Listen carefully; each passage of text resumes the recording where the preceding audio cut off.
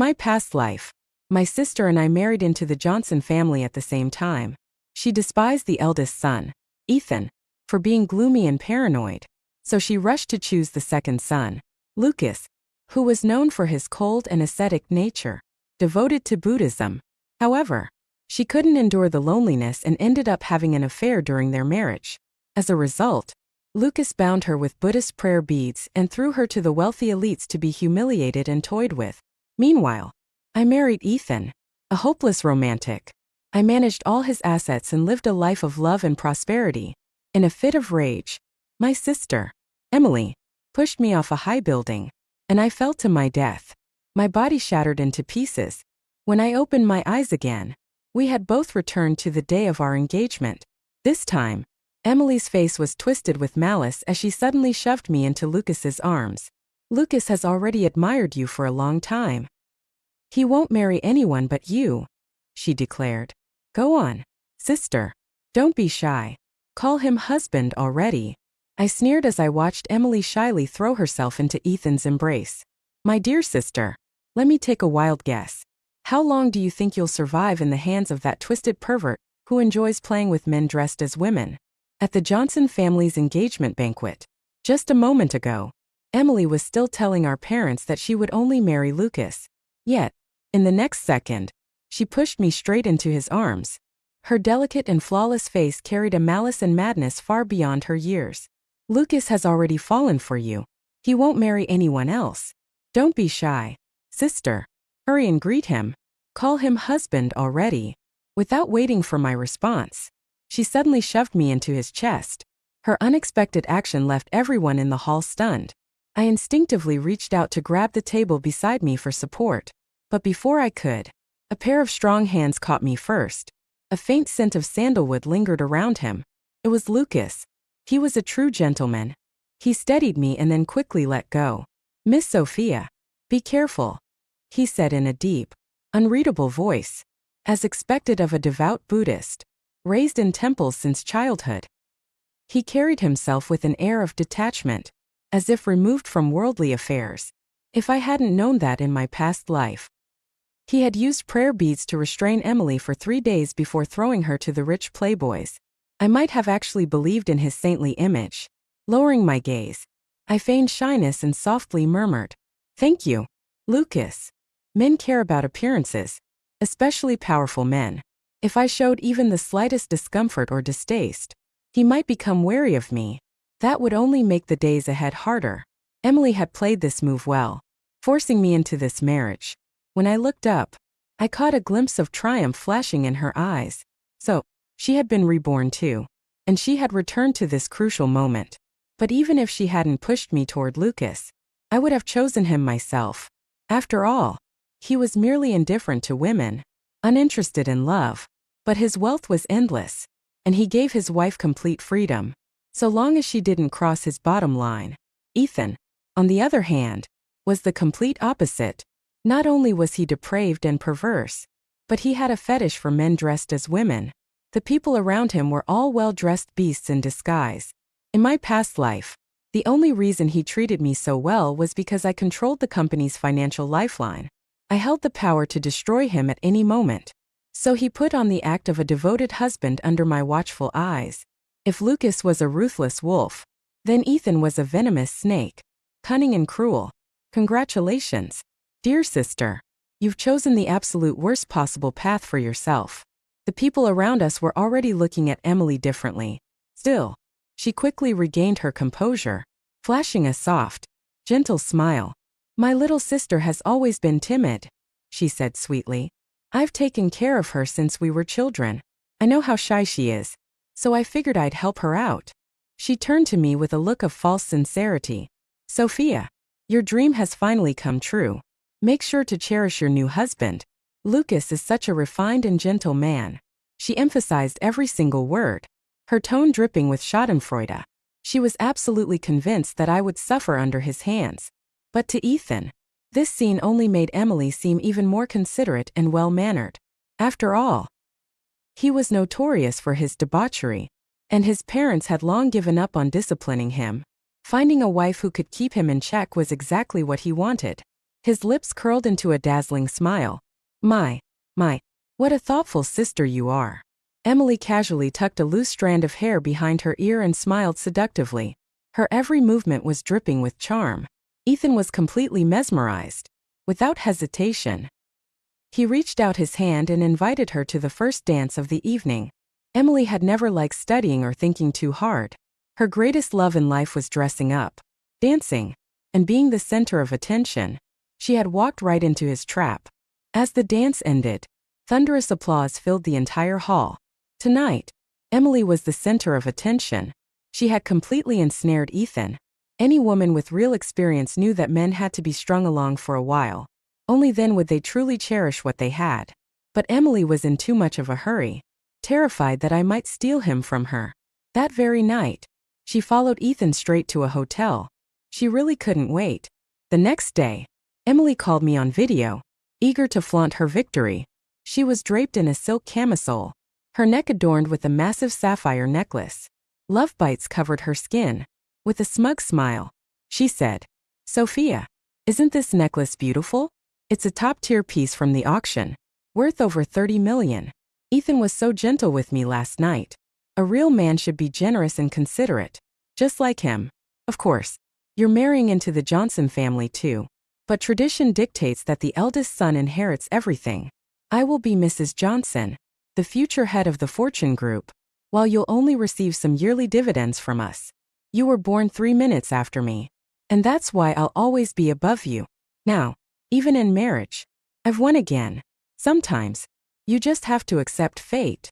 I let out a soft laugh and countered, "Emily, don't you think you're celebrating a bit too soon? Everyone knows Ethan has more lovers than he can count.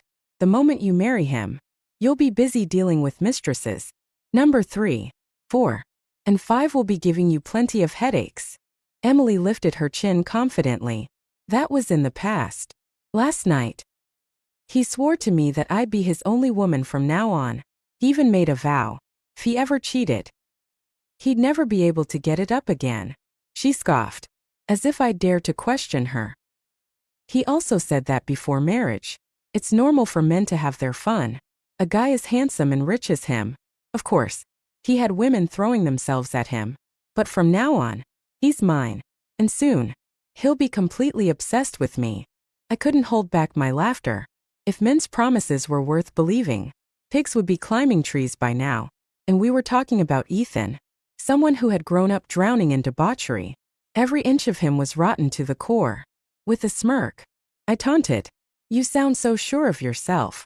Emily's smile widened with pride. "Of course. There's never been a man I couldn't get. He's already proposed to me. The wedding is next month. No budget limit. Everything will be exactly as I want. Sophia, if you're regretting anything now, it's too late. Ethan is your brother-in-law. You better stay away from him. If I ever catch you trying to seduce him, I'll break your legs." Her threat was serious, and I didn't doubt for a second that she meant it. After all, in my past life, she had pushed me off a building, leaving me a shattered corpse. Naturally, I wouldn't tell her about Ethan's issues. That man had played around so much that he had caught certain diseases. Not only was he depraved in his tastes, but sometimes, he even went after animals. Just thinking about it made me sick to my stomach. Meanwhile, Lucas and I were officially engaged, though his cold, detached nature remained unchanged. As a devout Buddhist, he never appeared in person. He merely sent me millions worth of exquisite jewelry. But he was either meditating at a temple, discussing scriptures with monks, or flying abroad to seek wisdom from renowned spiritual masters. Rich, absent, and uninvolved, life was peaceful, and I lived in luxury with complete freedom. Emily, on the other hand, filled her social media with posts flaunting her love life. Endless pictures of kisses, hugs, and post-bedtime glow. Not one to back down. I countered by showing off my collection of luxury jewelry, designer bags, and exclusive auction purchases. My extravagant spending even became a trending topic online.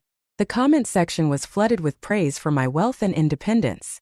A stunning, powerful woman with both money and beauty. Even my likes far outnumbered Emily's.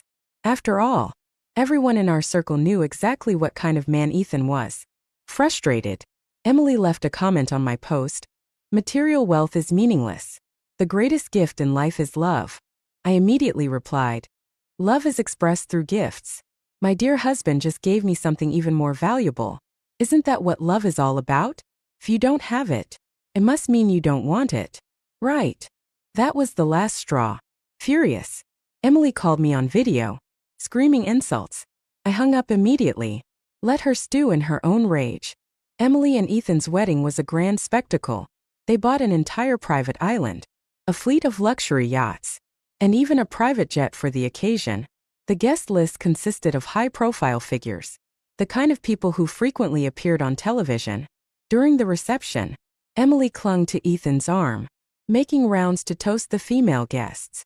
Brimming with pride, Ethan played along, keeping his arm protectively around her waist, shielding her from drinks, occasionally pinching her cheek affectionately.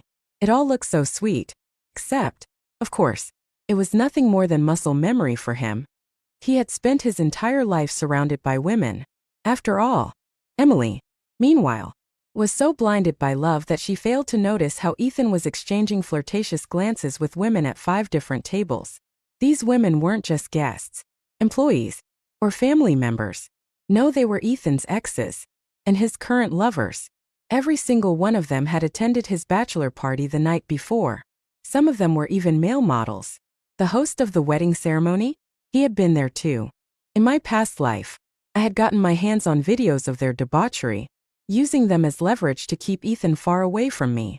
But clearly, Emily was still blissfully ignorant.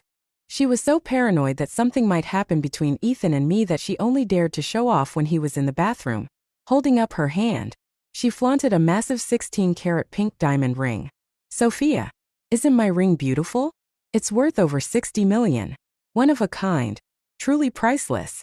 Not to be rude, but the little trinkets you love to show off are nothing in comparison. Honestly, they're just garbage to me. I elegantly took a bite of my cake, smiling as I replied, well, at least my little trinkets belong to me. But tell me, Emily, does that jewelry really belong to you? Her face instantly darkened. Everyone knew Ethan was rich, but not that rich. The truth was, these weren't his assets. They belonged to the Johnson family's jewelry collection. He had to request permission before wearing them and return them afterward. Emily's expression stiffened. Of course. It's mine. What? You think it belongs to you instead? She glanced around the grand venue. Look at all these guests. They're all high-profile figures, here to celebrate our wedding. When you and Lucas get married, it won't be nearly as lively. And let me warn you, stay away from my husband. I casually tossed my finished plate into the trash and gave her a serene smile. Relax. I have no interest in garbage. But she wasn't entirely wrong. My wedding to Lucas wasn't just less extravagant. It was the complete opposite of a spectacle. We simply picked an auspicious date, signed the marriage certificate, and that was it. Right after, he took me to a luxury real estate office and gifted me an entire villa estate worth billions, registering it under my name. His reasoning, you're so well behaved. You deserve a reward. His generosity was staggering. Even though I now controlled the financial assets of Fortune Group, I wouldn't have dared to spend money as extravagantly as he did. Then, he delivered his classic domineering CEO speech. I'm busy. I don't have time to entertain you. Buy whatever you want. Don't bother me unless it's important. If I need you, I'll come to you. Don't argue with my parents in front of me. And don't get involved with other men. With that, he left. It was every woman's dream husband. Filthy rich, completely absent, and granting absolute freedom. I had finally hit the jackpot. But I hadn't come back from the dead just to be a trophy wife. Wealth was meaningless without power. And I had tasted the absolute freedom that came with money and influence. In this life, I had to reach even greater heights. So, I started building my own empire. First, I made a fortune in the stock market, then expanded aggressively, buying land at auctions, collecting rare paintings and jewelry, and finally, investing in influencer incubators and media networks. With the advantage of knowing the future, every move I made was a guaranteed win. 10 days later, Lucas unexpectedly returned and invited me to dinner. In my past life, He had left the very night of Emily's wedding, retreating to a monastery for 3 months. He only came back for his grandfather's birthday. This time, however, he was unusually courteous, even personally brewing me tea. Sophia, in just 10 days of marriage, you've spent over 100 million. His voice was calm, unreadable. I wasn't fazed. I took the teacup and sipped slowly. As expected of the Johnson family, even their tea was top tier and priceless. Smiling, I replied, well, black cards have a daily spending limit of 10 million here. Otherwise, I would have spent even more. His lips curved into a faint smirk. Aren't you afraid I'll call you a spendthrift? I set the cup down and gave him an easy smile. Only useless men complain about women spending money. But you, Lucas, are no ordinary man. If I wanted the stars in the sky, you'd bring them down for me without hesitation. A woman should marry a true man like you. Besides, all the money I spent is an investment. Every cent will generate returns. And since we're married, what's mine is yours. And what's yours is mine. No man could resist such flattery. Sure enough, a hint of amusement flickered in his gaze. Seeing that my cup was empty, he poured me more tea. His movements slow and deliberate. You really are different from other women. Most are satisfied with small luxuries. But you're investing in real estate, antiques, and stocks, making waves in the market. Marrying me must feel like settling. This was his way of acknowledging my financial acumen. I chuckled. Not at all. It's just that you have the resources. Without them, I wouldn't be able to make such large-scale investments in such a short time. There was some truth to my words. Yes, I had been bold in my investments precisely because Lucas had enough wealth to support them. And while the profits I made were legally considered marital assets, split equally between us, the reputation I was building in the business world was entirely my own.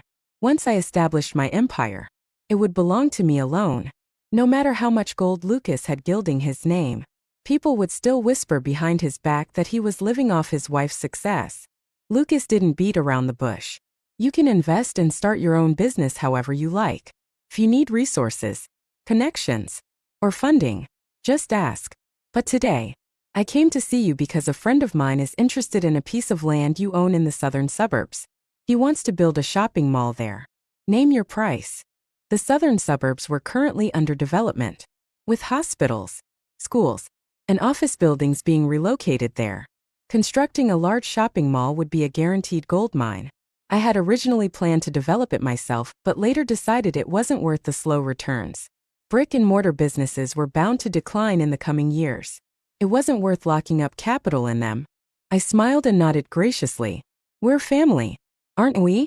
Your friend is my friend. Why talk about money? I'll have the land title sent over first thing tomorrow. Lucas, the ever-detached Buddhist, actually froze with his teacup in hand. That land? It was the very one I had purchased on our wedding day, after selling off the billion-dollar estate he had gifted me and pouring all my stock market earnings into it. If I sold it now, I would be making at least 4 times my original investment. But here I was, handing it over for free.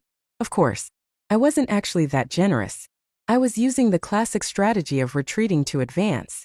If I didn't name a price, the only way for them to compensate me was by offering the highest possible market rate. If they lowballed me, it would only make them look bad. Lucas had seen all kinds of women in his life, but a woman like me, who was both greedy and magnanimous at the same time, was a first. He studied me for a long moment before finally speaking. What's your angle?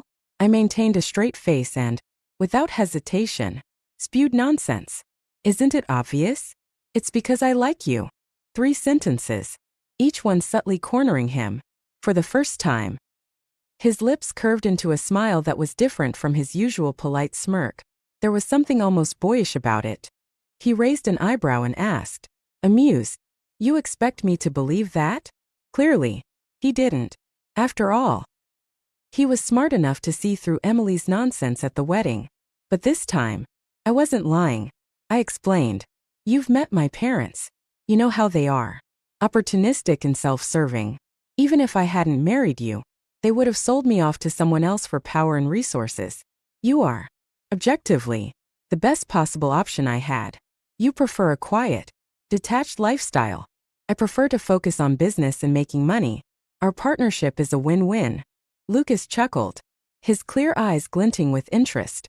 For his entire life, he had been forced to stay in the background, told to be humble, to never overshadow his older brother. But I was different, bold, ambitious, and unapologetically assertive. I was everything he had never dared to be. Before long, he started taking me to gatherings with his inner circle. Unlike Ethan's so-called elite social circle, young heirs who were nothing but spoiled trust fund brats indulging in vice, Lucas's circle consisted of true power players. These were the titans of industry, men whose time was so valuable that securing a dinner with them required booking months in advance. With my advantage of knowing the future, I quickly impressed them. Before long, I wasn't just discussing business deals with them, I was being invited to their private gatherings for tea. Powerful men admired strength in women just as much as women did in men. Lucas's attitude toward me changed drastically. He started personally pouring my tea, preparing my favorite snacks, and even handling negotiations for prime office space I had my eye on. He even took it upon himself to help me recruit top talent from the industry. His attentiveness was meticulous. On the grand opening day of my influencer incubator, Emily finally managed to win favor with Mrs. Johnson, Ethan's mother. As a reward, she was handed control over the Fortune Group's hotel and jewelry business. She was all over the news, hailed as the ideal wealthy wife, graceful, capable, and ambitious. But as both daughters-in-law of the Johnson family, things had to be fair. So, I was also assigned a business to manage. The worst one, the fashion division. How bad was it? Since its launch, it had ranked dead last in profitability. No matter how much money was thrown into hiring top designers, nothing worked. Over the past 5 years, they had gone through at least 50 different creative directors, both domestic and international, without a single success. The industry openly mocked it as the biggest failure in Fortune Group's history. Clearly, this was meant to humiliate me. Lucas frowned slightly, displeased. Tourism is booming right now. I'll talk to my parents and get you reassigned, Lucas offered. I waved him off confidently. I love turning the tide when the odds are against me. Just give me a month. Wait and see. His lips curved slightly, admiration flickering in his gaze. That confident? I nodded firmly. Of course, there are some industries I wouldn't bet on. But reviving Fortune Group's fashion brand? That's already something I've done once before. It was precisely this accomplishment in my past life that had won over my highly critical in-laws, making them trust my judgment completely. But this time, I wasn't stopping at domestic success. I aimed to push the brand into the global top 50 luxury labels, to reach even greater heights. Lucas verbally expressed his trust in me, but deep down, he was still worried that I might run the company's fashion division into the ground. For the first time, he stopped visiting temples, stopped discussing philosophy with monks, and instead, began following me everywhere. He worried someone at the company would try to sabotage me, or that I wouldn't be able to navigate the internal politics.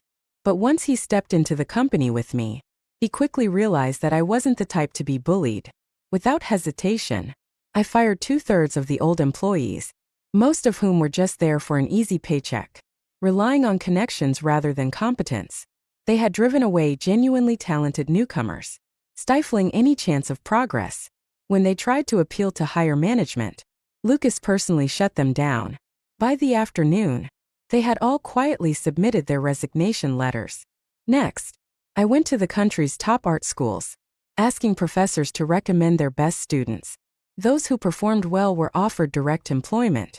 Every week, I held themed design competitions, with the first prize at $300,000, the second at $200,000, and the third at $100,000. Winners would be immediately hired as full-time designers. This way, students could study while gaining real-world experience, and those with real talent could secure a job before graduation. It was an irresistible opportunity. The competition was fierce, with young talents fighting tooth and nail for a spot. They got money and career prospects, while I acquired fresh, high-quality designs at a fraction of the cost. At the same time, I launched a digital marketing campaign, gaining massive exposure. Finally, I held a fashion launch event, inviting industry leaders, socialites, and celebrities. No one dared to turn down an invitation from Fortune Group. They all attended, expecting just another formal networking event, only to be surprised by what they saw. The designs were genuinely stunning. By the end of the show, every showcase piece had been pre-ordered on the spot, and the new collections were completely sold out. A decade of financial losses, recovered in one move, and with that, my name became a legend in the industry. Meanwhile, I also set my sights on Emily's hotel and jewelry businesses. It didn't take much to expose hygiene violations at her hotels. Videos of towels being used to wipe toilet seats went viral. Then, accusations surfaced that her jewelry designs were plagiarized. When taking down an opponent, aim for the weakest spot. Emily, who had once boasted that she would always be ahead of me, was dealt a devastating blow. Desperate to save face, she poured a fortune into suppressing the negative press. But by then, it was too late. People saw her for what she was, an incompetent fraud. Then came Old Master Johnson's birthday. It was a small family gathering, only 3 tables of relatives. In the past, Ethan had always been the star of these events, showered with praise and flattery as the heir apparent. But this time, when I arrived holding Lucas's arm, the dynamic shifted. Relatives who had once ignored him now stood to toast him, offering words of admiration. Of course, in such situations, I modestly credited Lucas for everything. Even Old Master Johnson himself offered Lucas a seat beside him, an unprecedented move. To me, these gestures were meaningless, just another superficial display. But for Lucas, who had never received such recognition before, it was monumental. That night, for the first time in his life, he drank in front of others. He got tipsy, and when we got home, he seduced me. His usually cold and detached eyes were clouded with desire, his toned 8-pack gleaming under the dim lights. He was surprisingly eager and enticing. I was no innocent girl, and a man like this, it would be a waste not to enjoy him. That night, Lucas, who had once lived like a celibate monk, was thoroughly broken in. After getting a taste, he became insatiable. He clung to me constantly, at night, and even sneaking in moments during the day. And he became even more generous. First, he gifted me high-end jewelry and real estate. Then, he transferred 5% of Fortune Group's shares to me. It might seem small, but those 5% shares brought in tens of millions in annual dividends. And more importantly, they secured me a seat on the board of directors. Emily, she didn't get anything. After her business failures, she was removed from key positions and reassigned to minor, irrelevant projects. Nothing more than a glorified retirement plan. When we crossed paths in the office, I could see the bitterness in her gaze, the barely restrained envy. But since Lucas was always by my side, she couldn't lash out directly. Instead, she resorted to texting me. Emily sent a video call request. Picked up. Unimpressed. Sophia. Her voice was low, seething with resentment. You must be feeling pretty smug right now. Emily sneered through the video call. Everyone's praising you, saying you're so capable, so amazing. I chuckled lightly, my voice calm and deliberate. And why shouldn't I be? A brand that was irrelevant for 10 years became a sensation overnight the moment I took over. I've been featured in magazines and newspapers, hailed as the most legendary rising star in fashion. Is there a problem with that? Emily's face turned red with fury. She snapped. You just got lucky. What's there to be so proud of? If I had taken over that project, I would have done it even better. And even if you did succeed, so what? At the end of the day, my husband is the one inheriting the company. I am the rightful Mrs. Johnson. You and your husband's dividends still have to pass through our hands. Once Ethan inherits Fortune Group, the first thing I'll do is kick you out. Just wait and see. I smirked, my tone laced with mockery. Kick me out? And how exactly do you plan on doing that? I own 5% of the company's shares now. You'd better pray my dear husband stays as passive and indifferent as always. Otherwise, Fortune Group might just end up with a new master. With that, I hung up the call, leaving Emily seething with frustration and drowning in the realization that she was facing a threat she had never anticipated. From that moment on, she became obsessed with pushing Ethan to work harder. pressuring him into new investments and projects, urging him to prove himself. Unfortunately for her, Ethan had spent his entire life indulging in luxury and debauchery. He wasn't built for hard work. The more she pushed, the more he resented her. Sure enough, at the next family gathering, Ethan, usually composed and gentlemanly in public, lost his temper at Emily in front of everyone. His voice was sharp, his words dripping with disdain. "Can you just shut the hell up already? You keep comparing me to Lucas. If you think he's so amazing, why didn't you just marry him instead? And you have the audacity to criticize me? If you had even half the intelligence of my sister-in-law, maybe you wouldn't have run the hotel business into the ground. Marrying you was the worst damn luck of my life." His furious outbursts silenced the entire room. All eyes turned toward them. Emily, who had been spoiled and coddled her whole life, had never experienced such public humiliation before. Her face turned bright red, her voice trembling with grievance. "I did all of this for you. You're the eldest son. You're supposed to take on more responsibility. And the hotel's failure isn't just my fault. I asked for your help, but you were always too busy to care." Excuses. She was an expert at playing the victim, at twisting the narrative to absolve herself of blame.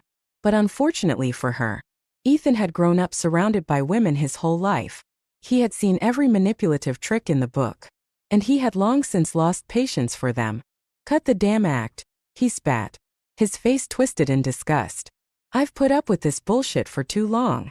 With that, he turned and stormed off, leaving Emily humiliated, surrounded by whispers and judgmental stares. But I wasn't done yet. That very night, I made arrangements for Ethan's true love to make a grand entrance. A stunning beauty from Thailand, one of the most famous transgender women in the industry, gorgeous, with an impeccable figure, and most importantly, someone who knew exactly how to play. The moment I saw the footage from my private investigator, I only managed to stomach 0.01 seconds of it before shutting it off. It was vile. I anonymously forwarded the video to Emily, along with the name of the bar and the private suite number. Half an hour later, she stormed into the club, livid. She wasn't alone. She had brought a whole entourage of her friends, ready for war. But this time, Ethan didn't react the way he usually did. In the past, whenever Emily caught him with other women, he would let her cause a scene, allowing her to slap and chase off the mistresses to make her feel like she had the upper hand. But this time, Ethan protected the transgender woman. Not only that, but he turned around and slapped Emily. Twice. Emily was stunned, completely dumbfounded. Then, she snapped. Screaming, she lunged at Ethan, punching and kicking him in a blind rage. But Ethan was already drunk and disgusted with her. This time, he didn't bother holding back. He fought back without mercy. His so-called friends, who had once cheered her on when she fought off his previous flings, did nothing to stop him. Instead, they laughed and egged him on. It wasn't until a waiter came in to serve drinks and saw the commotion that security was finally called in to break it up. Emily was rushed to the hospital. 3 broken ribs, a fractured nose, and she still had no idea. This was only the beginning. Emily also suffered a concussion. That night, the Johnson family's direct relatives all went to the hospital to visit her. She lay in a luxurious VIP hospital suite, her body wrapped in bandages, surrounded by extravagant floral arrangements and fruit baskets. She basked in the attention, enjoying the lavish display of sympathy as everyone comforted her, calling her a victim and scolding Ethan for being too brutal. They demanded that he apologize. But Ethan, when drunk, was completely out of control. Not only did he refuse to apologize, but he cursed loudly. "She deserved to get hit. She throws tantrums at home every damn day. And now she's trying to control me even outside? She's just a shameless bitch who doesn't know her place." Old Master Johnson was so enraged that he slapped Ethan twice on the spot. "You worthless scum. If you keep this up, you're no son of mine." That sobered Ethan up real quick. His lifelong dream had been to inherit Fortune Group. Realizing the severity of the situation, he immediately bowed his head and apologized profusely. He swore that he would never fool around again, never lay a hand on Emily again. To prove his sincerity, he even promised to gift her a private estate worth over $60 million. This was all Emily needed to hear. Her anger dissipated instantly, and she softened her stance, acting as if she had only lashed out because she loved him too much. And just like that, they made up. A scumbag and a fool. Truly a match made in heaven. After the commotion, Emily specifically asked me to stay behind. She gave me a condescending smile and said, "Sisters fight. Couples fight. It's all normal. If there's no fighting, there's no love. Don't be fooled by how bad I look right now. It's really not that serious. I just need a few days of rest, and I'll be fine. Besides, after all this, everyone now knows how devoted I am. Ethan feels guilty, and I even got a whole new estate out of it. So, in the end, I won." Her ridiculous self-rationalization was so absurd that I actually laughed. "Emily, you really are cheap. So you traded half your life for a $60 million estate? That's all it took." She smirked, her tone filled with superiority. "You wouldn't understand. Unlike your husband, mine actually comes home every night.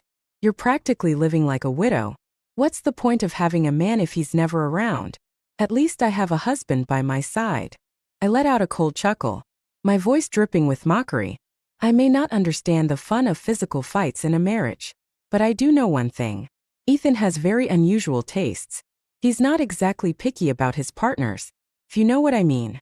You might want to get tested for STDs, just in case. Emily's face turned deathly pale. Her voice trembled as she stammered, That's impossible. He wouldn't do that to me." But even as she denied it, her hands frantically pressed the call button for the hospital staff. She had been so focused on getting pregnant and securing her position as Mrs. Johnson that she hadn't taken any precautions. While she rushed to get tested, I wasn't idle either. I anonymously uploaded Ethan's most incriminating videos, the ones of him fooling around with transgender escorts and physically assaulting Emily. Multiple platforms, multiple websites. It was the perfect time for the public to feast on the drama. And the cherry on top? Emily's test results came back. She wasn't pregnant, but she had contracted several sexually transmitted diseases, some of which would stay on her medical record forever. Treatment would be lifelong. And if she still wanted children, she'd have to wait at least 3 years. At the same time, Ethan's scandal went viral. The internet exploded with outrage, calling him a monster for both his chaotic private life and his abusive behavior. Fortune Group's stock plummeted, losing nearly $570 million in value overnight. Public trust in the company was at an all-time low. A shareholders' emergency meeting was called immediately. Ethan, who held the position of vice president, had no choice but to resign. But I wasn't finished. To fully bury him, I also leaked videos of his closest friends, drugs, orgies, underage girls, their entire dirty history laid bare. One by one, they were arrested and subjected to drug tests. Ethan, of course, was among them. While his test came back negative, it didn't matter. The public had already made up their minds. No one believed him. His reputation was completely ruined. With Ethan's downfall, all of his shares were retracted and reassigned to Lucas. Lucas had been at home, casually sipping tea and carving a lotus flower bracelet for me when the news hit. A single move. And just like that, he had gone from a sidelined second son to the sole heir of Fortune Group. As a teenager, Lucas had once dreamed of proving himself, of earning the same respect and recognition that Ethan had always received. But over time, he had grown disillusioned with his biased parents, retreating into his quiet world of Buddhism and business indifference. But now, with power handed to him, he didn't refuse it. More importantly, he couldn't refuse it. Enjoying power came with the responsibility of wielding it. Soon after, he was officially appointed CEO of Fortune Group. And I was made vice president. Now, not only was I one of the most powerful figures in the company, but I also controlled some of the hottest industries in the market. Just like in my past life. Only this time, I wasn't just playing the game. I was winning it. I had become unstoppable. Just as I reached the top 10 on the national wealth rankings, Emily was discharged from the hospital. She wasted no time before storming into my office. Her once delicate and elegant face was now haggard, exhaustion written all over her, bloodshot eyes, dark circles, and a bandaged right hand. She looked nothing like the proud, arrogant woman she once was. She didn't bother with pleasantries, charging straight toward me with fury. "Sophia, you shameless bitch.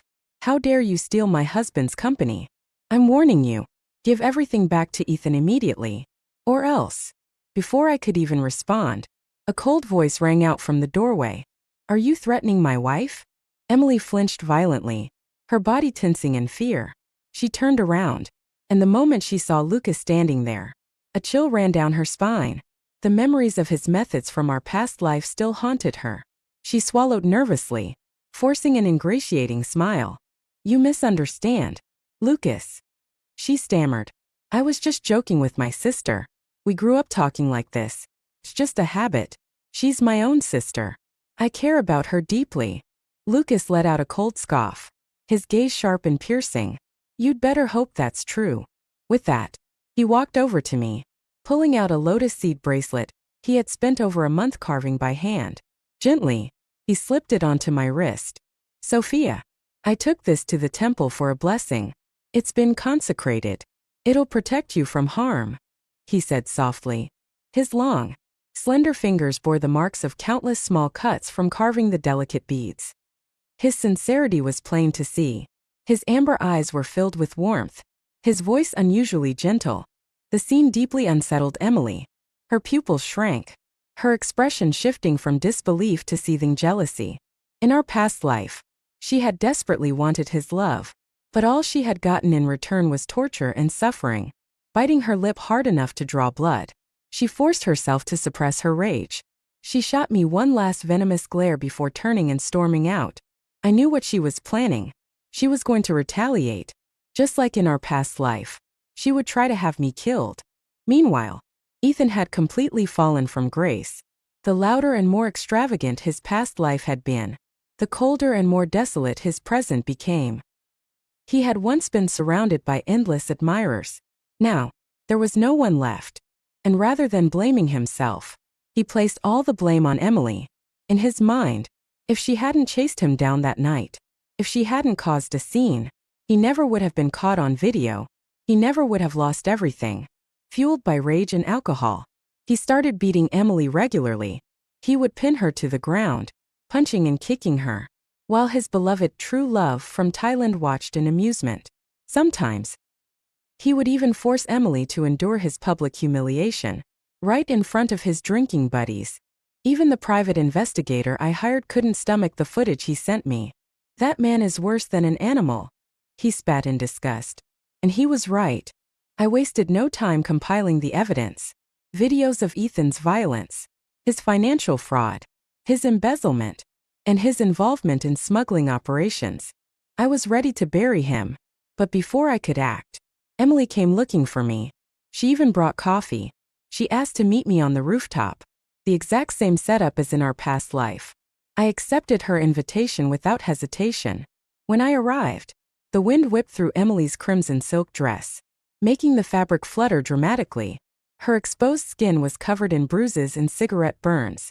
As I stepped forward, she turned to me, her lips curling into an eerie smile.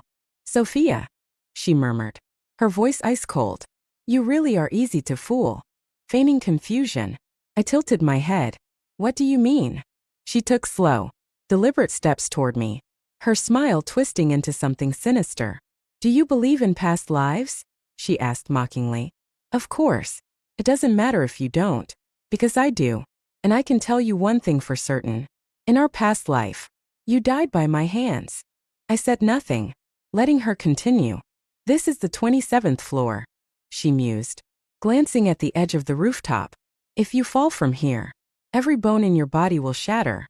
You'll be nothing but a pile of mangled flesh. A terrifying, painful death." Her grip tightened on something at her waist. "A knife. I originally wanted to let Ethan destroy you," she continued. "I wanted you to be tortured and humiliated until you died a miserable death. But somehow, you made Lucas fall for you instead. No matter. I'll just send you off myself." She pulled out the knife, pressing it against my stomach. Her smile widened, her eyes gleaming with madness. "Any last words?" she sneered. "If I'm in a good mood, maybe I'll grant you a final wish." I let out a soft chuckle.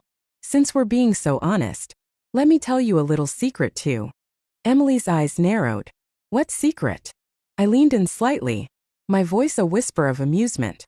I've always known Ethan was nothing but a pathetic, diseased piece of trash. I knew he was incompetent. I knew he had STDs. Because, dear sister, I was reborn too. Her eyes widened in shock. You. But that's not the best part. I continued smoothly. The real reason I came here tonight is because this time, you get to experience what it's like to fall to your death. With that, I lunged forward, shoving her.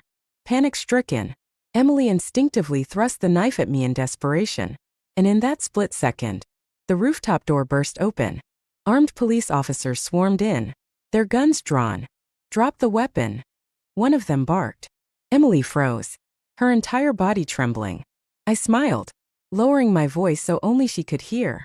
My dear sister, I whispered, my tone dripping with mockery. Did you really think I'd let you die so easily? That would be far too merciful. It was only then that she realized. She had walked straight into my trap. In a last, desperate attempt, Emily tried to grab me and drag me down with her. But the police were faster.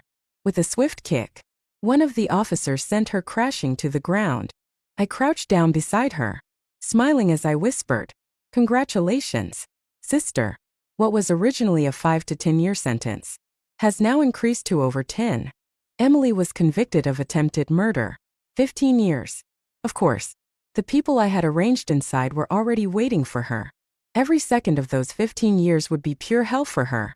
And the day she was finally released, that would be the real judgment day.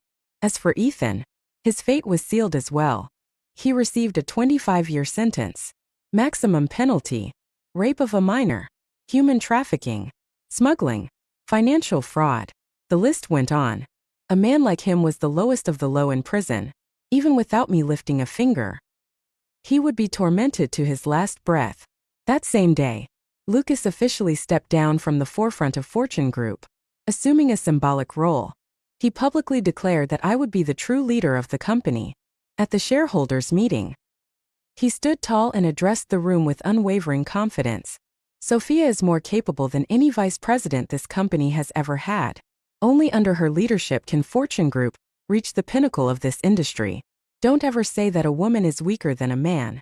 And don't ever say that a woman can't handle this responsibility. I dare say that not a single person here, not even myself, is more qualified than her. He swept his gaze across the silent boardroom. Understand this clearly. We need her as our CEO. She does not need us. A long moment of silence followed. Then, Lucas personally stepped forward, opened the door, and invited me inside. One by one, the board members stood up, bowing their heads in respect. Good afternoon, President Sophia. I took my seat at the head of the table, a smile playing on my lips. Shall we begin the meeting? Here is the ending for your story, ensuring consistency in tone, style, and character names.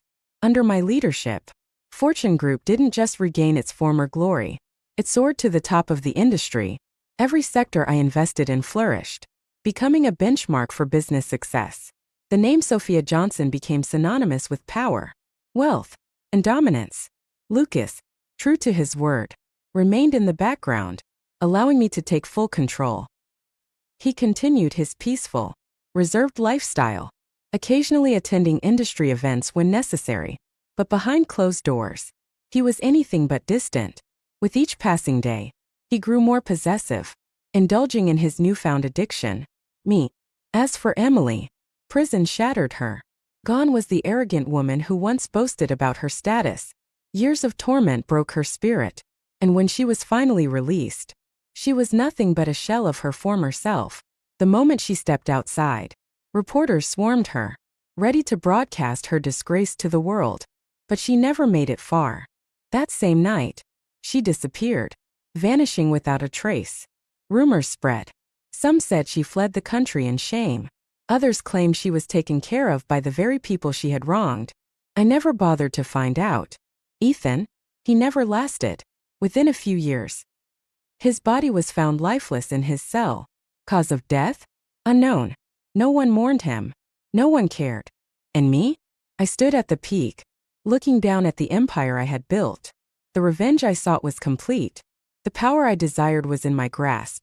And the man I once thought untouchable, the cold, distant Lucas Johnson, now belonged to me entirely. He leaned in one evening. His deep amber eyes locked onto mine, voice low and magnetic. "Sophia," he murmured, tracing a finger along my wrist, where the lotus seed bracelet still rested. "You have everything now. Power, wealth, respect. Tell me, what's next?" I smiled, slow and knowing. "The world," I whispered. And with that, I sealed my fate as the woman who had it all.